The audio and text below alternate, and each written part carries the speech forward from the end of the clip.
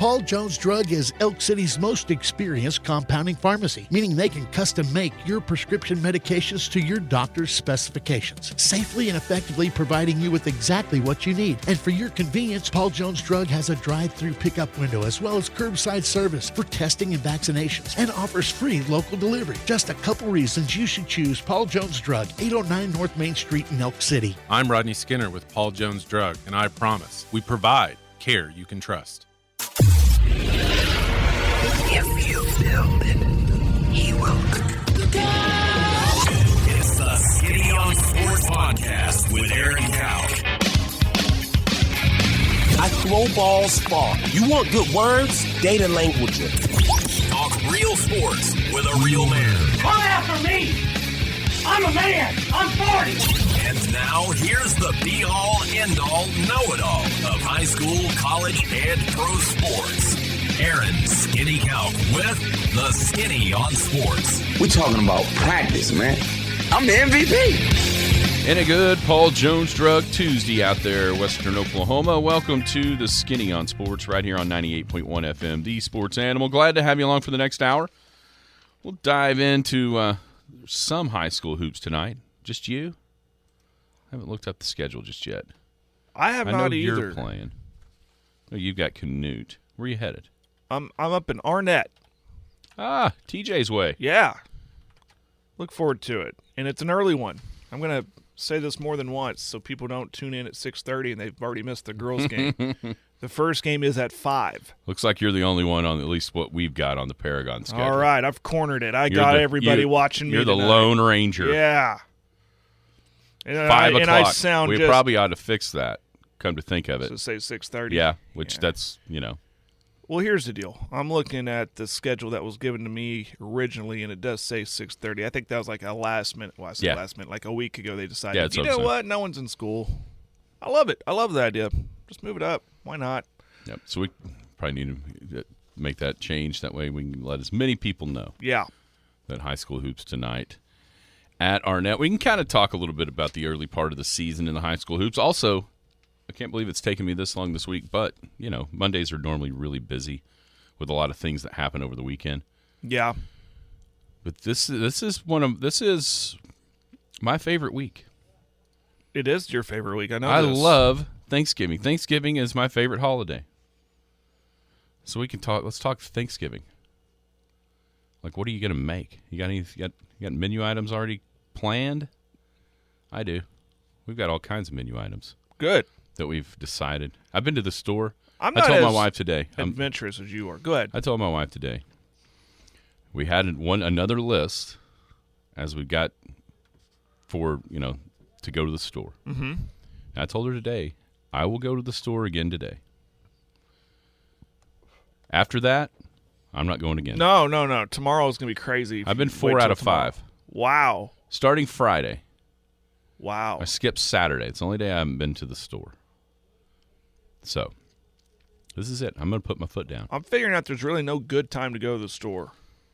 Like around this time of year. It's always crazy busy. I went yesterday at noon to pick a couple things up.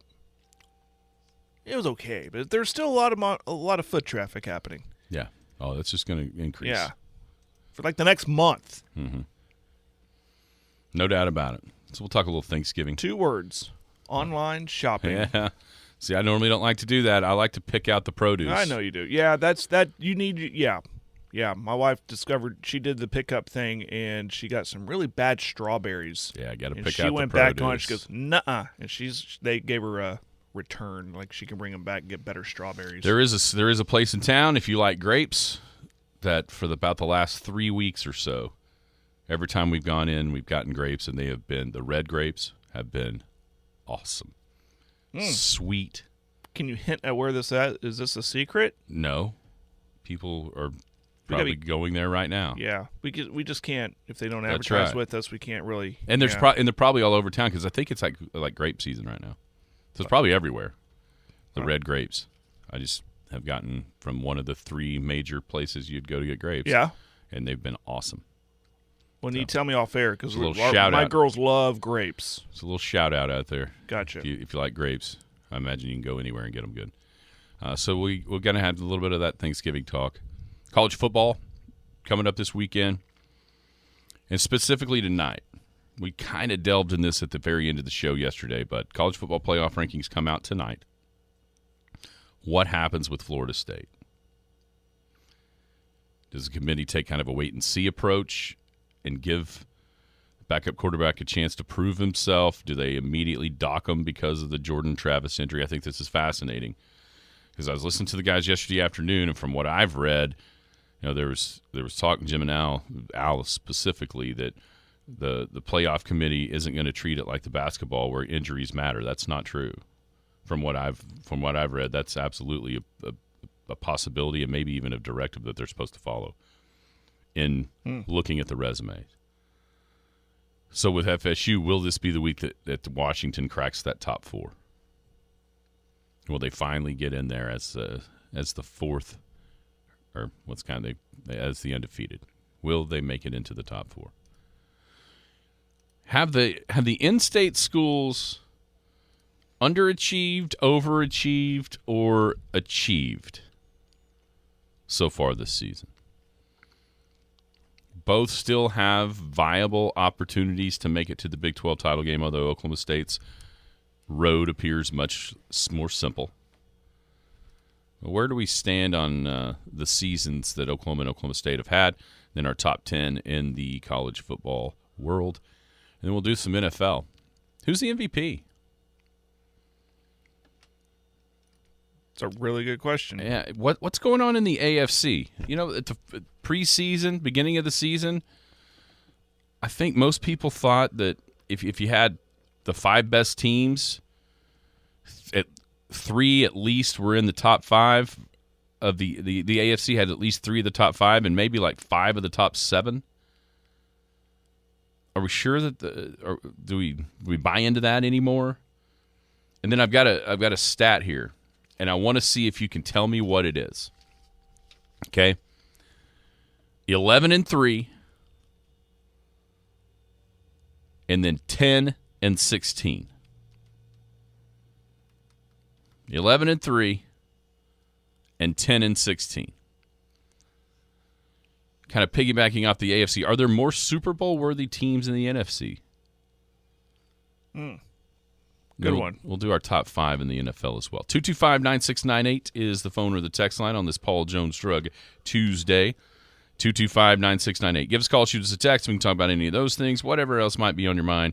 Feel free to chime right in at 225-9698. If you're outside the listening area, a couple ways to stay in touch with the show. Log on to kadsam.com or download the app. The app has it all. It's got radio. It's got the Penny News. I bet a brand new edition of that Penny News is out right now on the website. It updated probably last night at midnight.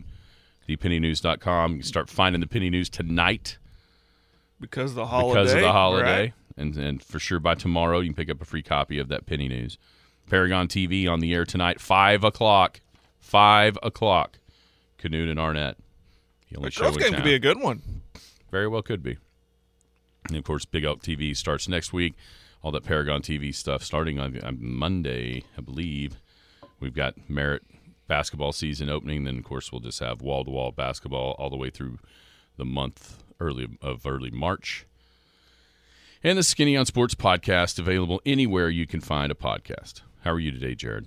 Very good. Well, not very good. I'm a little congested if you can't hear it. Woke up with one nostril pretty much clogged.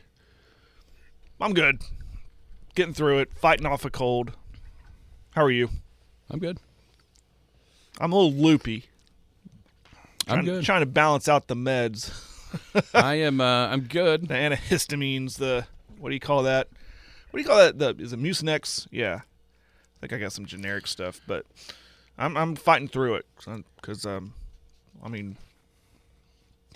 more days of work, so I'm probably not as good as Steeler fans right now.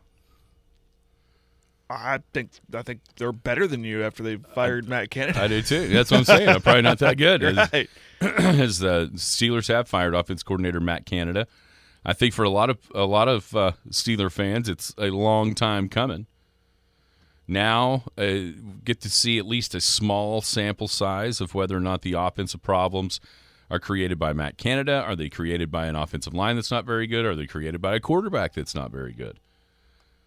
I think we'll get a chance maybe to find that out in a small sample size down the stretch in some important games as Pittsburgh tries to battle for a wild card spot or even possibly win the AFC North. All kind of still up for grabs there, and that what I consider the league's best division. So yeah, probably not as good as those guys. Who's the MVP? Wow, yeah. I think after last night, Hurts has definitely sprung up in that conversation just for his toughness. I mean, he just keeps winning, right? Maybe it's not flashy. He's getting help from his buddies with the push and stuff, but, I mean, it is what it is. He keeps winning, and that's a big part of the MVP race. I mean, maybe Lamar's still in that conversation. I'm racking my brain. Who do you think it is? I have no idea. And listen. Well, I'm glad you have no idea because I don't either. I was just throwing out names. I mean, Hurts, come on, man. 15 touchdowns, 9 picks. He's lost 2 fumbles. I mean, he's not quite Josh Allen-esque of turning the ball over, but he's getting close. I just don't. This MVP race, I'll tell you who it should be. It should be somebody that's not a quarterback. That's the problem, though. Everyone's going to look at the quarterback Everybody first. wants it to be a quarterback, but there's guys out there. I mean, I think you can make cases for Tyreek Hill. Yeah. I think you can make cases for Myles Garrett. At Cleveland, T.J. Watt has been fantastic. And then there's another guy that when I started seeing this a couple of weeks ago, I thought, oh, come on. Talk about putting the cart before the horse. But as nobody separates themselves, it actually does lend, I think, a little credence to the possibility of a quarterback. But not a quarterback that anybody would have seen coming. Who's that? C.J. Stroud. C.J. Stroud, okay. Yeah, I didn't have a good game Sunday, but they still won. Well, I mean, he's 17 touchdowns versus 5 picks. Yeah. We're trying to give it to Hurts at 15-9. Well, the reason I said And him he's- is and because he's- they're the wins. They and are. they're leading the NFC and all of that. And So what's it's more? just- I mean, I guess this is the conversation that's going to have to be had. It's a chicken egg thing, yeah. Well, what's more impressive? Jalen Hurts, who went to the Super Bowl last year, winning the division again, or C.J. Stroud, whose team had the 2nd and 3rd picks in the draft, taking his team to the playoffs. Yeah, it wasn't supposed to be this good this quick. No. It was supposed to be a process. I completely agree with that. I mean, he's runaway rookie of the year, offensive rookie of the year. Yeah. Right? I mean, the only Are we guy that looking you could anyone even else? consider, and he took so long to even get started, is Gibbs, Jahmyr Gibbs at Detroit. He's had a few good games, but no, heck no. There's nobody. not as consistent as Stroud has been. Yeah, I Nobody have even no close. problem putting him in that conversation of MVP. No problem. I think it may be a little bit of an indictment on the supposed top-tier quarterbacks that haven't had the seasons that we're used to them having. Josh Allen and Jalen Hurts are turning the ball over at league-leading paces. Mahomes, there's just something not right with Kansas City. We saw it last night. Something's wrong with their offense. It's just something's not quite right. It's not as simple as just drop passes. There's something wrong there. Yeah. Receivers, inconsistent run game. The offensive line feels like they give him time, at least enough time to kind of move around in the pocket or whatever. It just doesn't. There's something a little off about Kansas City, and quite frankly, that defense has been the reason why the Chiefs are in the space that they are in right now. When they went up 10.5, with the way that game was going, you thought the defense. I thought that'd be enough because I thought the defense would just keep them there. You know what I mean? If that offense was going to continue to struggle, because I didn't sense that there's a lot of offense out of Philadelphia last night until then the second half happened. Yeah, something's up with the Chiefs' offense. Yeah, Philly had like 100 yards through 3 quarters. Yeah, and won the game. Right. Yeah. So the Chiefs haven't scored a point in the second half in 3 straight games. I heard that stuff. So they scored a touchdown 4 games ago with 3 minutes to play in the fourth quarter against the Chargers. After that, they got the ball and that game ended. Okay? So, that just happens. Then the next game, punt, turnover on downs, interception, into the game. The next game, punt, fumble, punt, in the game. And then last night, punt, fumble, punt, turnover on downs, and they don't have the ball to end the game because Philly's taking knees. That is remarkable.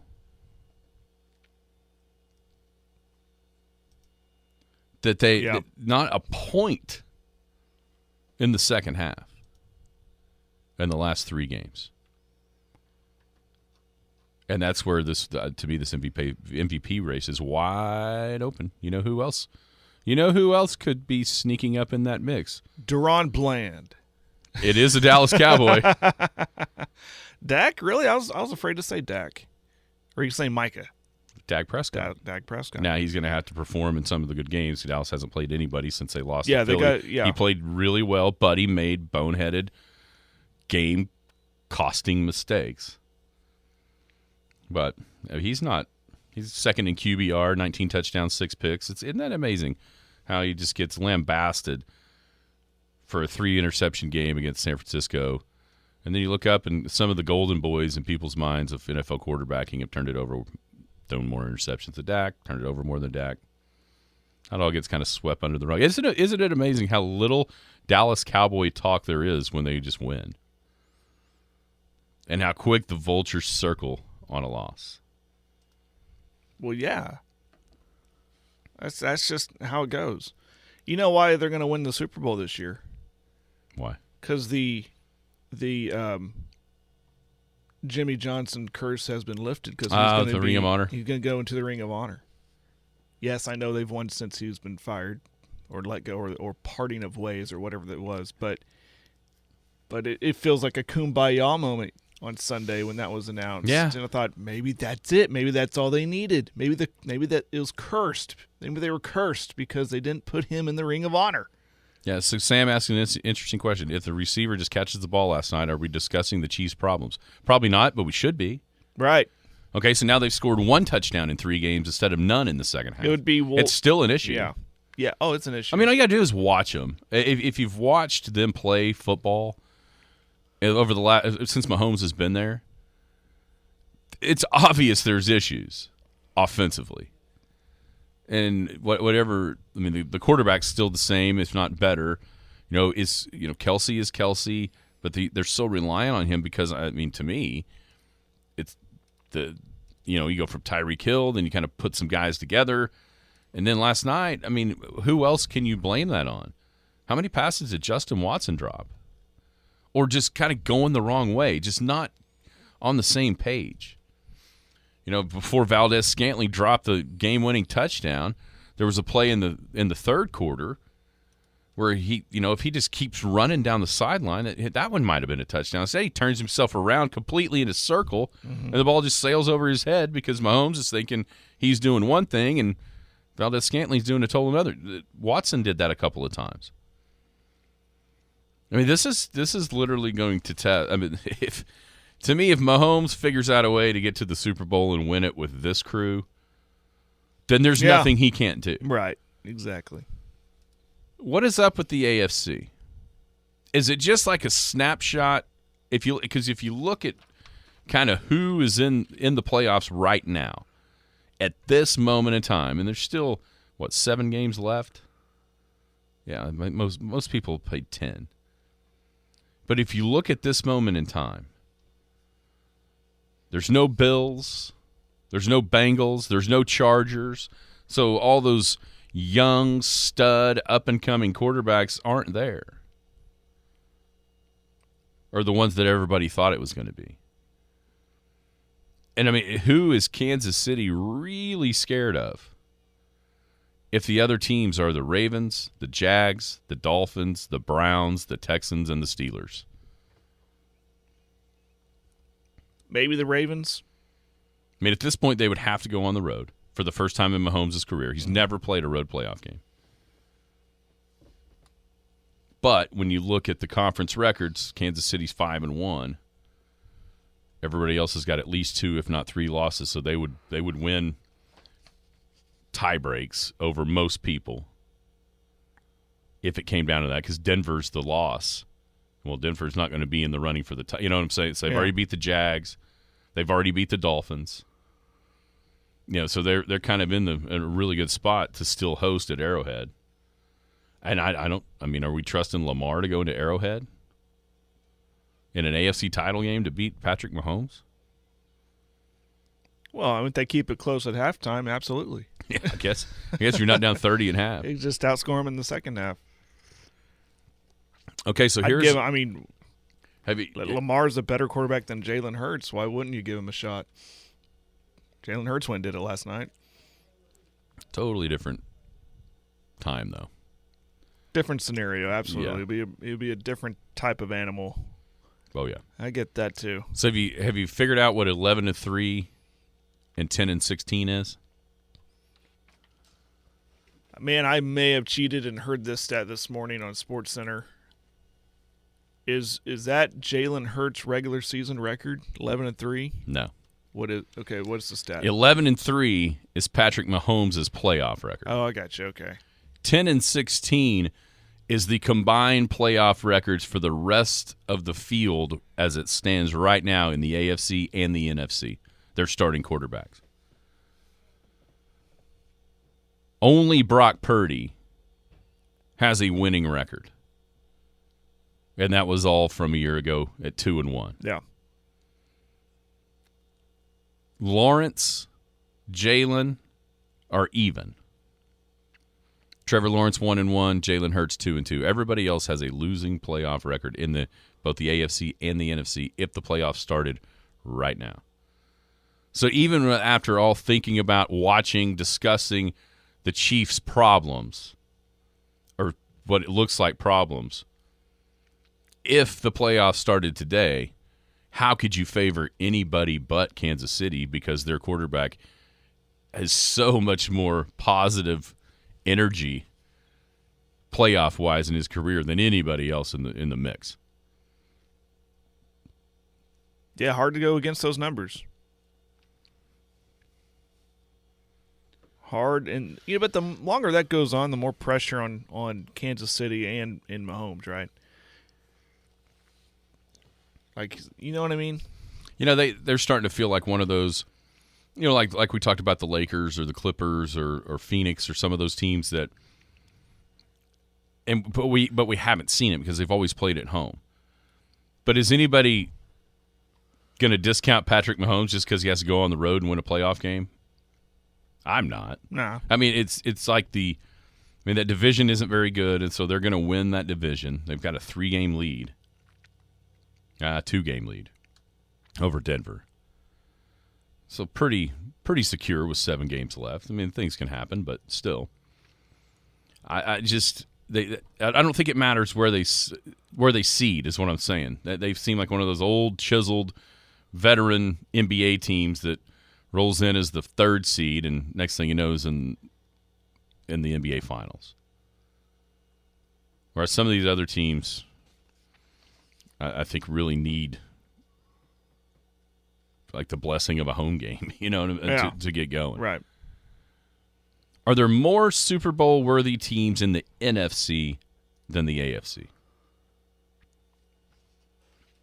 On the AFC, we're going to put. Let me think about this.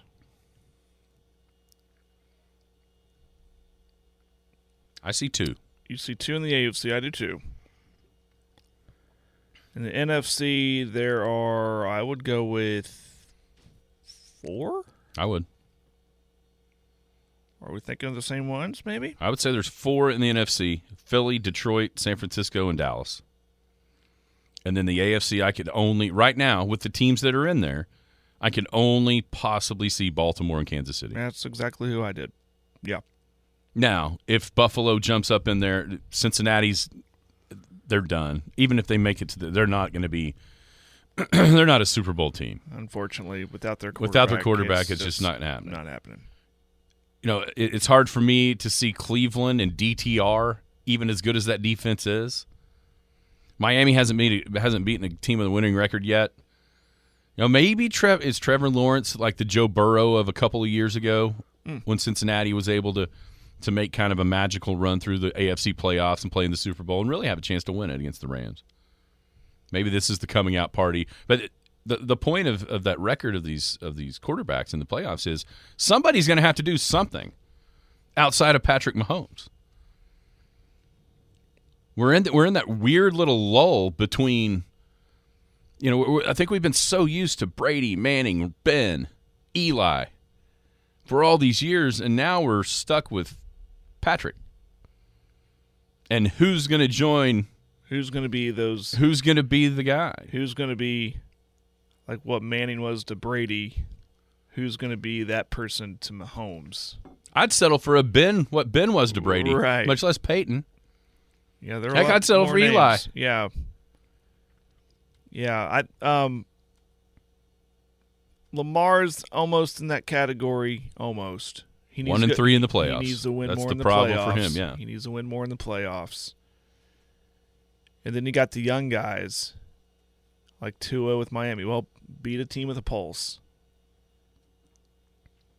And is Stroud going to be that next guy? I mean, he's certainly getting a lot of love for good reason. Well, and there's some older guys in the the NFC that need to be better. Dak, number 1, 2-4 in the playoffs. That needs to be better. It has to be better in order to, bring the Cowboys out of this 3-decade funk of not winning Super Bowls. It's going to be on his shoulders. It's not just the quarterback, but it's a huge part of it. We all know that. And right now, it doesn't feel like maybe it is Hurts, and he just hasn't played enough playoff games yet to prove, he does what he did again last year. He'll have a winning record, even if they lose in the Super Bowl. But it doesn't feel like there's a worthy opponent to Mahomes right now. At least the teams that are in the playoffs. The one guy that it feels like is a worthy opponent isn't playing for the rest of the season, and that's Burrow. He's the one guy. Allen had the one great game, but outside of Joe Burrow, it just doesn't seem like anybody else in the league can stand up to Mahomes in a playoff game. And so I guess that's the silver lining and the dark Chiefs cloud this morning. Is you lost. You're still essentially in a tie for the home field advantage. You got tiebreakers over a couple of the teams that you're tied with. And you've got the only quarterback that's done anything across the league, at least of the teams that are in right now, in the playoffs. Who's your top 5? My top 5. Why did I put? I went the opposite. That's fine. I went 10 in NFL, then 5 college. I need to fix that later. I'll just go 5. I put Dallas at 5. I got them back up there. I know they're playing some weak teams, but they've been looking really good. That defense, I mentioned Bland. Micah Parsons was off the chart. I thought Micah Parsons was about to have a career day on Sunday because he had 2 sacks already in the first quarter and looked unstoppable. I dropped Kansas City to 4. San Francisco is number 3, Baltimore 2, Philadelphia 1. Right outside was Detroit. Right outside for me was Detroit. Yeah, I've got Jacksonville 5. I don't have Dallas in because they're not beating anybody. Beat a decent team. I've got Detroit 4, Baltimore 3, San Francisco 2, and I had to put Philly 1. You have to. You go in and even though as ugly as it was and as improbable as that game was to win, Philly had no business winning that game. That's more of a Kansas City indictment to me than it is kudos to Philly, even though that's that's the team they've become. That win, last year they were high flying, score a bunch of points, have a lot of fun, and kicking the crap out of people. Yeah. This year they're a lot more. I mean, how many times have they kind of pulled one out of the fire? It seems like a ton, and some people will have kind of made that Philly's not as good. I, in a weird way, think it's almost more impressive what they're doing this year to be able to win those games. That to me, that's when you're a really, really, really good NFL team, when you can win without your best. I've and beat good teams without your best. Last night I thought it was funny because was like 3rd and 22. And Troy or Buck, somebody said, well, he needs to get 22 yards here. I was like, no, he doesn't. He needs 20 yards because they can just push the rest of the two. Yeah. That's the truth, too. There's always 2 or 3 yards to be had. They guarantee themselves. And I like what Troy said at one point. It was 3rd or 2nd and 1. They did the push. It's like, man, why didn't they just take a shot? Because they're going to get it on 3rd down anyways. I actually thought they might do some kind of weird play out of the tush-push formation, but they didn't. Yeah. How about the near interception on the spike? Let's talk about that when we come back. Paul Jones Drug offers a free service that makes taking your daily medications safe and easy. It's called convenience packaging, meaning they can combine all of your daily medications and put them in sealed, separate daily packages. This process replaces you from having to fill your daily medication dispenser. And as always, Paul Jones Drug prepares individual blister packaging for long-term care patients. With their drive-through window, curbside service, and free local delivery, it's just more reasons you should choose Paul Jones Drug, 809 North Main Street in Elk City. I'm Rodney Skinner with Paul Jones Drug, and I promise we provide care you can trust. Are you crying? Are you crying? The Skinny on Sports. There's no crying in baseball. Welcome back. Skinny on Sports, 98.1 FM, the sports animal, hanging out on a Paul Jones Drug Tuesday. Let's talk a little bit about Paul Jones Drug. 809 North Main Street is their address right here in Elk City. Paul Jones is the oldest compounding pharmacy in Elk City. Free to local delivery, drive-through pickup. We've got curbside testing and vaccinations, and their blister packs, which is their long-term care unit packaging. Paul Jones Drug is care you can trust. 225-2121 is their phone number. Appreciate Rodney and all the gang down at Paul Jones Drug. We'll continue to tell you about them as we move along throughout the hour. Yeah, the Jalen Carter play, that is something that I personally have never seen. Like, when I first saw the highlight of it, I thought he was trying to steal the snap. I didn't fully comprehend exactly what he was trying to do. Yeah. Until you saw from behind and realized, oh my gosh, he almost intercepted the spike. Right. So if you didn't, even if you missed it, Creed Humphrey snaps it back to Mahomes. Mahomes is just going to throw it in the ground. And Jalen Carter dives through the offensive lineman's legs and actually gets a hand on it before it hits the ground. It popped up and then was incomplete. And as we were talking in the break, I guess he saw it on YouTube. Some high school kid did it. Yeah. And that's where he got the idea. He was like, oh, that's pretty cool. I guess I can try that. And he just saw the opportunity to try it. It would have been insane if it had pulled it off. And there's nothing illegal about it. I watched it over and over again. He waited on the snap. It wasn't encroachment. It wasn't offsides. I don't even think he made contact with didn't even look like he touched Creed anybody when he went underneath his legs like that. And everyone's kind of, even Mahomes, he was kind of looking at him like, what are you doing? Now we're going to see more of that. We are. That's why I think some, that's not why, because I don't think it's ever happened in the NFL anyways.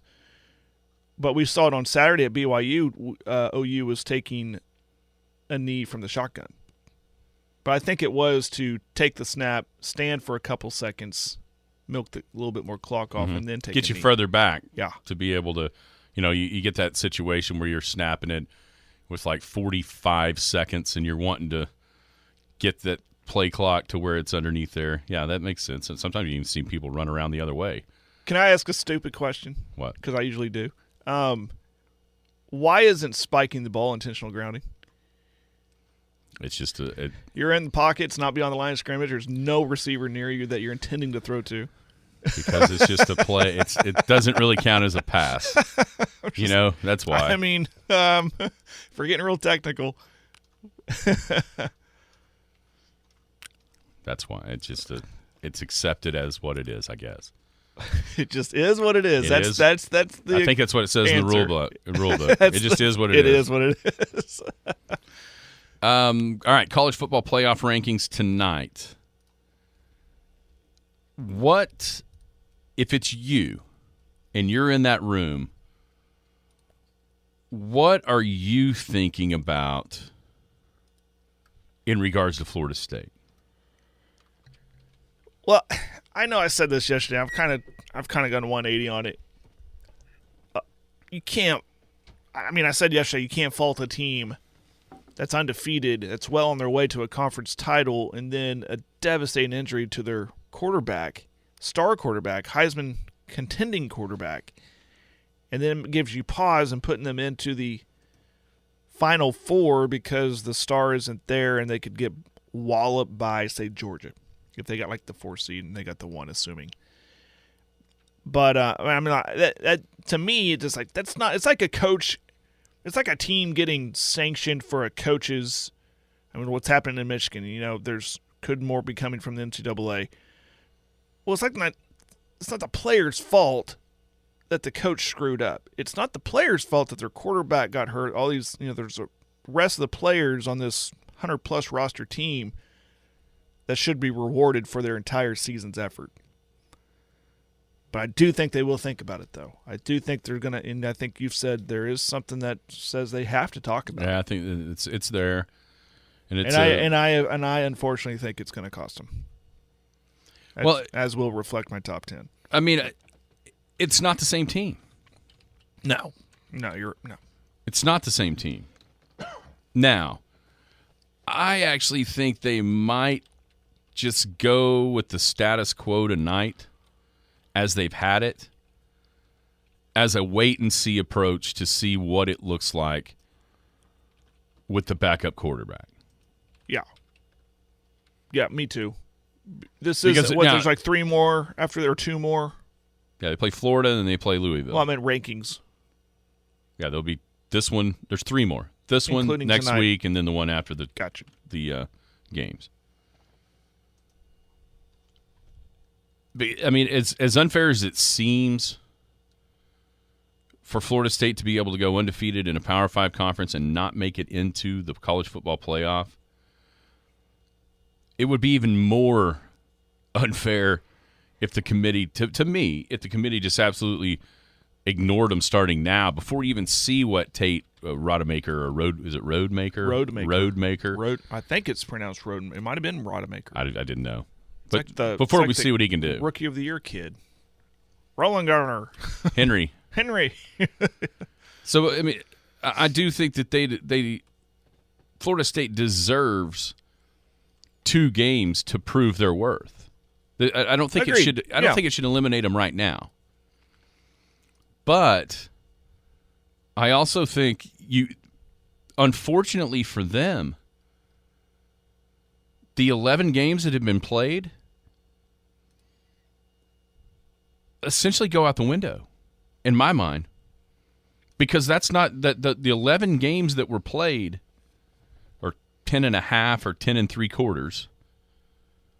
They're gone because Jordan Travis is gone and he ain't coming back. And so now the work that they did with him to get to this point where they're still considered should absolutely count as consideration. But I just don't know how you can even look at what they've done so far this season and pretend like that matters, because that ain't the team that's going to be there. To me, it comes down to a 2-game eye test. Because if they win, their resume will be what it is. A 13-0 Power 5 conference champ. And that's when, those weeks before will matter, because they were able to win all those games. Mm-hmm. But if you're just looking at an eye test and what this team versus that team, if it comes down to it, I mean, this is just going to be the sad reality, I'm afraid, for Florida State, unless this dude looks like a reasonable facsimile of Jordan Travis as far as the way the team operates. Because for me, and I'd have a hard time not doing it in that room, if it comes up to, let's say, Washington wins, either Ohio State or Michigan's undefeated,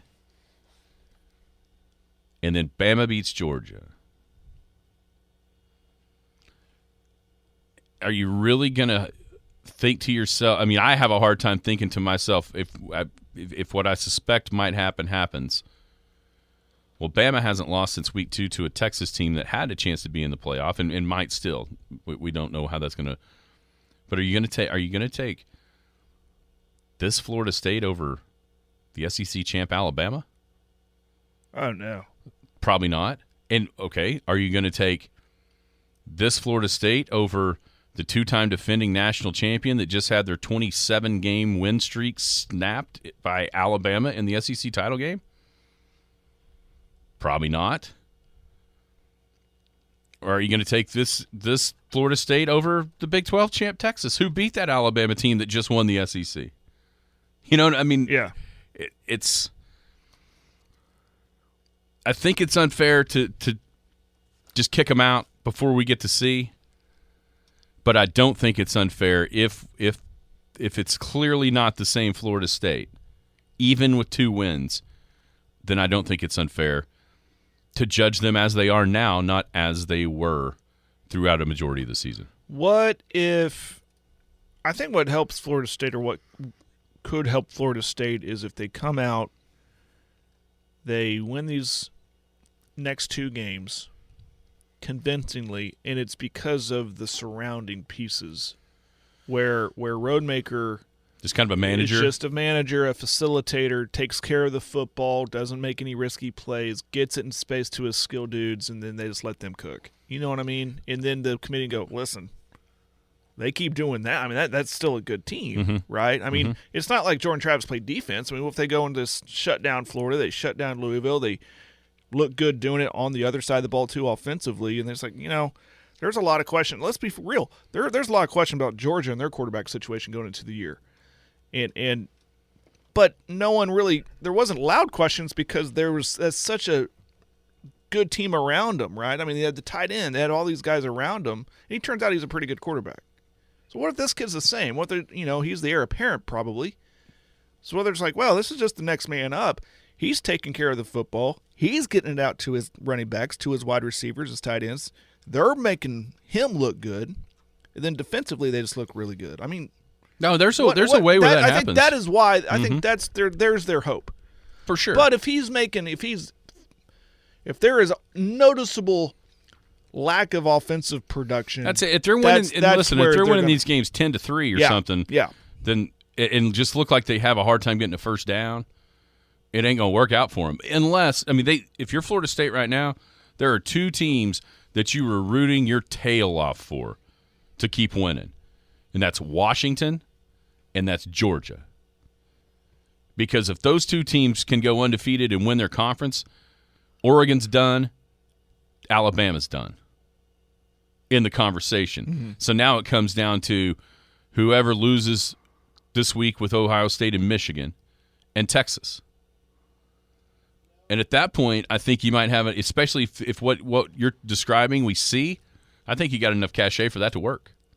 I really do. But you really, if you're a Seminole, you really start rooting for UGA and for Washington, just to eliminate some players in the conversation. Yeah, that's the least amount of teams in the conversation, the better right now for Florida State. Yeah, if it ends up Oregon beats Washington, Bama beats Georgia, Texas wins the Big 12 with 1 loss. And then whatever happens, whoever wins this week in the game between Michigan and Ohio State, that they're in, all of a sudden it's a lot more difficult, I think, for Florida State. It's a lot more difficult. But if those other 2 win, then all of a sudden it's back to that clean, hey, we got 4 undefeateds, put them in. right. Yeah. We can get to this. We're not going to have time to get to it today. I'm intrigued by the question about the state schools and how we feel like they delivered on the seasons that we thought. That's going to be the first thing tomorrow. Okay. Underachieved, overachieved, or achieved for OU and OSU. Give me your top 10. My top 10 is, I'm going off memory because I just closed the list. I'll have to bring it back up. Here we go. I'm just filibustering. Number 10, I got Missouri. Number 9, Louisville.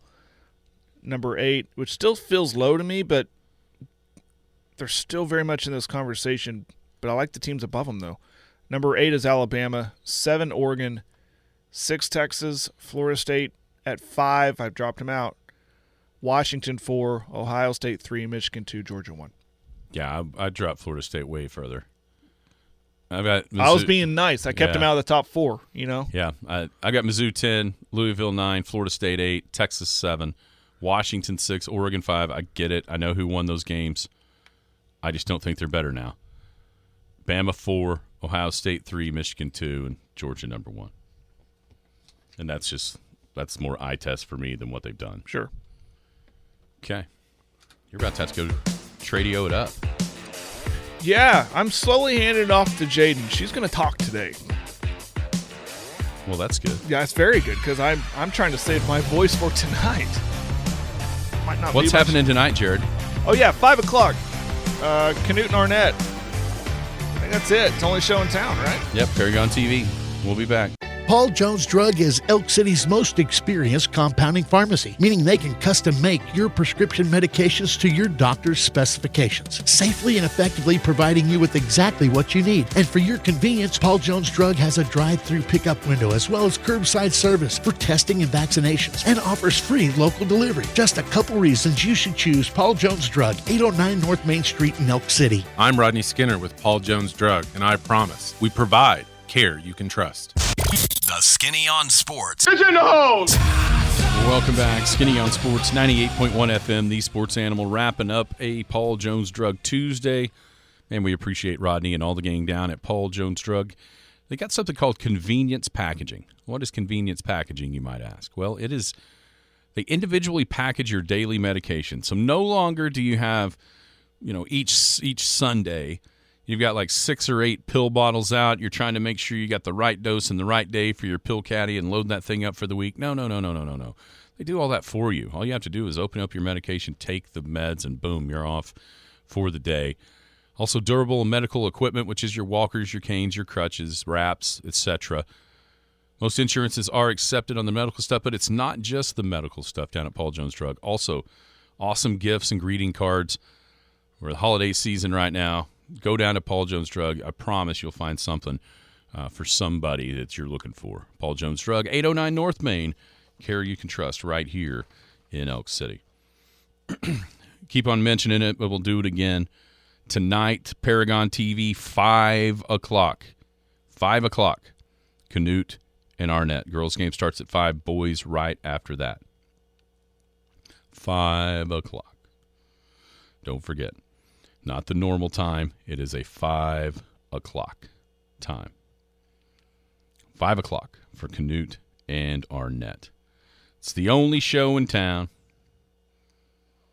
on Paragon TV because obviously we're right here in the Thanksgiving holiday, and then come Monday next week, high school basketball will be cranked to the max, and it'll be ready to roll with the basketball season starting up then and not ending until first couple weeks of March of 2024. Lots of time for basketball, and tonight will be one of those games. ParagonTV.com, 5 o'clock, Canute and Arnett. There's one story that we haven't mentioned, and kind of it's been an ongoing battle